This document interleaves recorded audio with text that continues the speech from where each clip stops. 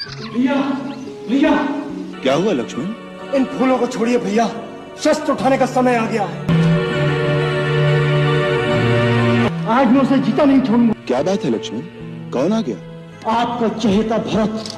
क्या भरत आया है? कहाँ है? अयोध्या का राजा भरत अपनी चतुरंगी सेना के साथ चित्रकूट आ रहा है। अपनी सूर्य पताका लहरा रही थी। इसका अर्थ है वो अपनी पूरी शक्ति के साथ आक्रमण करने आ रहा है। आक्रमण किस पर?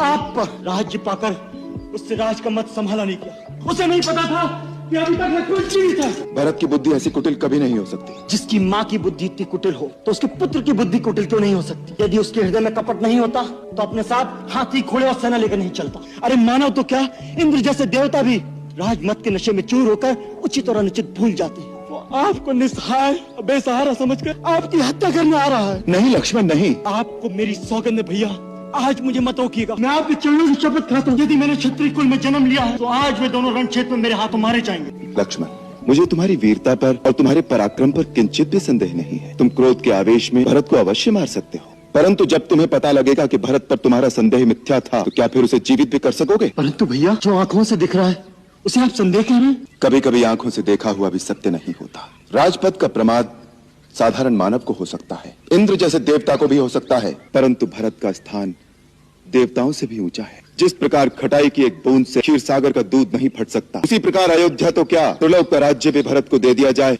तो भी उसे राजमत नहीं हो सकता। परंतु यदि भरत के मन में पाप हुआ तो, यदि उसने प्रहार किया तो उसी को प्रहार करने दो। वो हमारा राजा है, हम अपने राजा के सामने शस्त्र नहीं उठाएंगे। भैया भैया, मैं आपकी शरण में आ गया हूँ। भैया आपकी शरण में आ गया हूँ। भरत,